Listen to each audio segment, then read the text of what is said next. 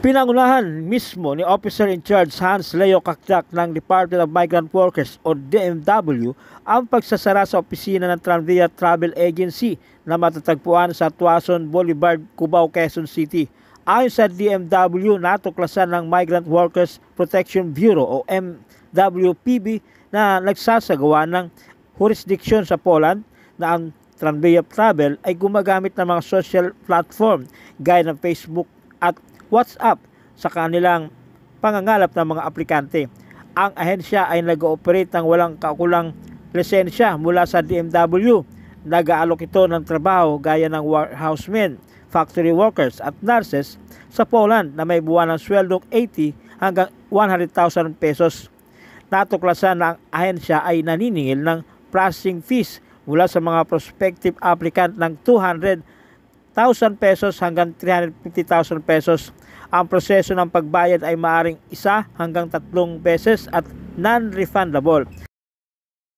Sinabi ni Kakdak na maaaring maharap sa mabibigat na kaso ang mga opisyal at tauhan ng Tranvia Travel Agency at ilalagay sila sa list of persons and establishments with derogatory record at dapat i-blacklist sa pakikilahok sa overseas recruitment program ng pamahalaan. Ang pagsasara ng travel agency ay ang pang-apat na closure operation na isinagawa ng DMW para masugpo ang mga illegal recruiter na nambibiktima sa mga OFW at aplikanteng gustong magtrabaho sa ibang bansa. Hinihimok ng DMW ang iba pang mga aplikante na naging biktima ng illegal recruitment activities nito na magkipag-ugnayan sa MWPB para sa pagsasampa ng mga kaso laban sa travel agency. Mula itong kaso na ito, mga Filipino community leaders natin sa Poland ay nagbigay ng tip or lead sa atin na may mga manggagawa doon nakakarating at ang dahilan, itong consultancy travel services, yung Tranvia. Sabay nito, yung labor attaché natin having jurisdiction in Poland, inayunan yung ulat na yon na meron din siyang mga workers na nakakarating doon. At ito ang kinikwento, binabanggit ng mga workers na entity na nag-recruit daw sa kanila.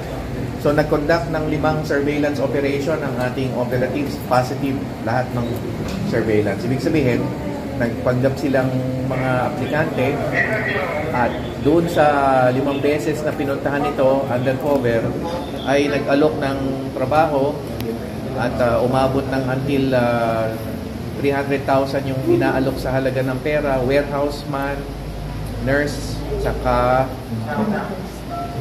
factory workers for Poland. Kaya hindi tayo masaya dito sa ginagawa nitong travel agency na to. Kaya eto na, we have decided to swoop down. Kasama natin si Attorney Kiko de Guzman ng Attorney Jaime Mendez ng ating Migrant Workers Protection Bureau at eto na, sinara na natin at bahala na siyang magpaliwanag doon sa piskalya kung saan kakasampahan natin ang kaso sa DOJ. May napaalis na siya, boys? Oo kumpirmado nga doon sa Filipino community at sa labor attaché natin sa Poland. Hindi lang natin alam pa yung bilang ngayon. Ngayong sinara na natin yan, ang inaasahan natin, makakalap natin yung ebidensya kung ilan yung mga posibleng lumapit sa ating magreklamo dito sa Pilipinas. So, ang halaga ng perang sinisingil mga 200 to 300,000 at walang lisensya definitely from the Department of Migrant Workers, warehouseman, nurse, saka factory workers for Poland. Ang elemento ng krimen ng illegal recruitment, nagre-recruit, nangangako ng trabaho nang walang lisensya mula sa DMW. Hindi nga kailangan managaan ng halaga ng pera. And in this case, meron pang dagok sa manggagawa, inaalok pa ay itinataga pa ng 200,000 hanggang 300,000. Travel siya, so dapat tour lang. Yes, travel and tour.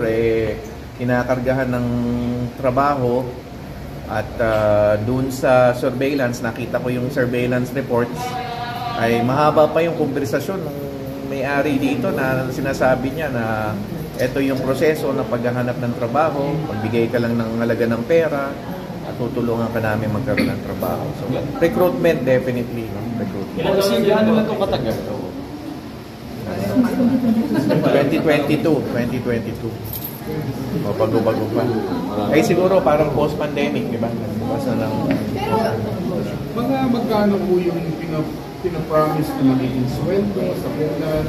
Bakit may entice at magbibigay ng 200,000 ng isang applicant? Yung sweldo po is nasa around 80,000 to 100,000. Actually, the mere fact na sasabihin susweldo ka ng euro, susweldo ka ng dolyar, ayan, at nasa Europe ka pupunta, that in itself po, malaking bagay na nakakainganyo dun sa mga aplikante natin. Yan po yung unfortunate na ginagawa nung pinasara. Para maliit pa siguro yung 60 kasi lagay natin 1,000 euro, di ano kagad yan? Lagpa 60 kagad yan, di ba? Ang euro kasi lagpa 60. Apo, palitan. Pwede pong pag-profile nyo yung mga biktima natin. Nakagad ka ng 80, that's not very big. Baka ho yung mga taga-probinsya ba, sabihan natin nagbenta ng lupa, mga ganun, profile yung mga biktima. Hindi pa tayo nakakuha ng impormasyon doon sa mga lumapit sa Filipino community, but definitely may mga lumapit sa Filipino community. At kasi all it takes is a lead. Kasi kung antayin natin yung buong buo, yung kompletong-kompleto yung detalye, abutin tayo ng matagal din bago maka-swoop down. Ano? So, a lead is enough for us to conduct surveillance, to tip off a particular entity. At yun nga, nandoon sila sa Europa. Kung papansinin niyo, except for the nurses, semi-skilled, di ba? Warehouse, saka factory work.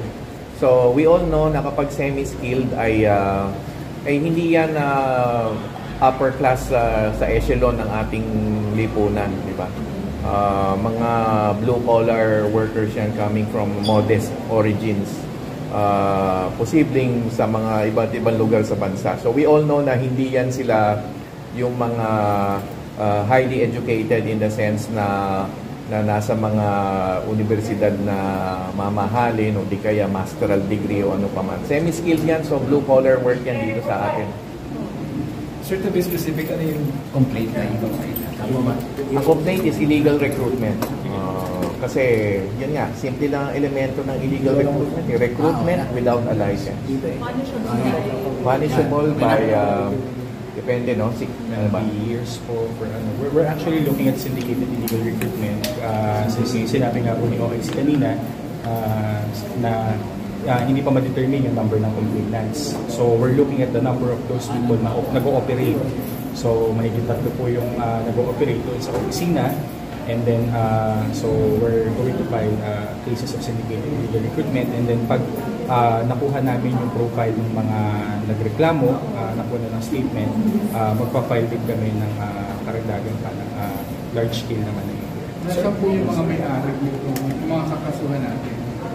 Kanina nung yung may-ari wala dyan pero dun sa ilang beses na pagpunta ng mga operatiba natin, yung may-ari mismo yung isa sa mga nakausap nila na nagdetalye pa nga noong anong kailangan i-submit, magkano ang kailangan bayaran upang maproseso yung mga dokumento at mapalipad yung sila papunta ng Hindi pala ito entrapment. Hindi po ito entrapment.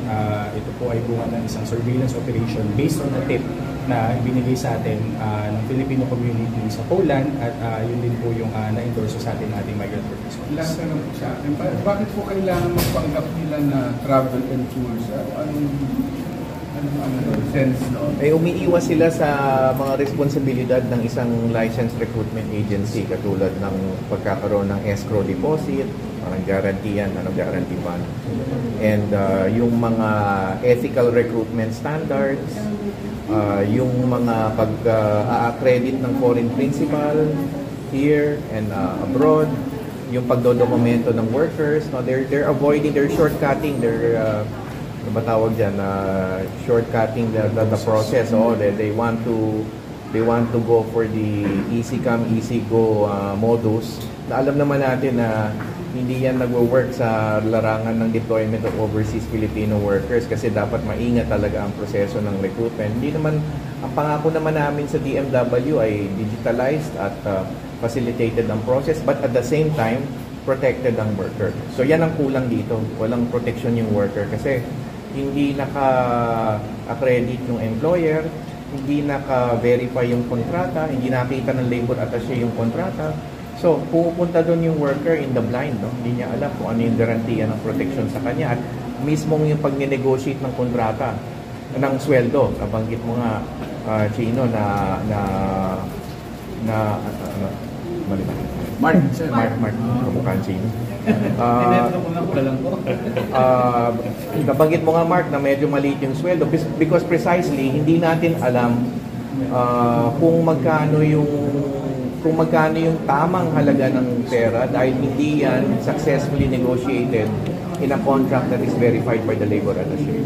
Sir, sa dinami-dami ng mga travelers, how can you make sure na wala silang ibang sinisigit na recruitment? Ito na. This is how we make sure. We go undercover, we go surveillance, we follow leads. Basta may leads, susundan natin yon. Hindi natin tutulugan yung leads. Kasi sasabihin nga naman, binigyan na namin kayo ng lead. Anong action ginawa nyo? Ito na yun, ina-action na natin. Pero kasi we can file even before pa lumapit yung mga complainants. We can file the case. Yes, of course. You can tip us off. And ang crucial dito yung under the law, we are vested with the authority based on our operations and surveillance division. Do you see a proliferation? Parang ang dalas nating concerns ngayon. Alam niyo, we always have to assume a proliferation. We cannot rest on our laurels and hold our guard down and say, wala na, eradicated na. We always have to say, until the very last illegal recruiter exists, we always have to say na talamak ang illegal recruitment para people are on guard. Kaya ang payo natin ay, mag-ingat po, wag magpaloko, make sure lisensyado sa DMW yung kausap na ahensya. May reminder po kayo, OIC, kasi syempre nakikita sa balita na maraming opportunity. Kayo rin po, galing lang ng Germany at Czech. And we did announce, more opportunities. Pero ano ba itong mga trabahong ito? Potential? Pwede nang applyan? Kasi baka nakoconfuse. Okay, tama ka doon, Jen. Kasi yung mga bilateral agreements, yung pagdoble ng job quotas for Filipinos in the Czech Republic, for instance, ay may proseso yun. So, ibig sabihin, yung pagdoble ng job quotas, hindi karakaraka yan na biglang pwede ka agad mag-recruit without a licensed recruitment agency. So, these licensed recruitment agencies will have to meet with the employers who wish to hire Filipinos. And by the way, we did meet, kami ni USEC-TY, we did meet some of the employers wishing to hire Filipinos in Prague. So, pag nangyari yon, ipapa-accredit yung principal and then pwede na mag-recruit. So, mag-ingat lang talaga. Kailangan ganito yan trilateral, no? Tatlong bagay.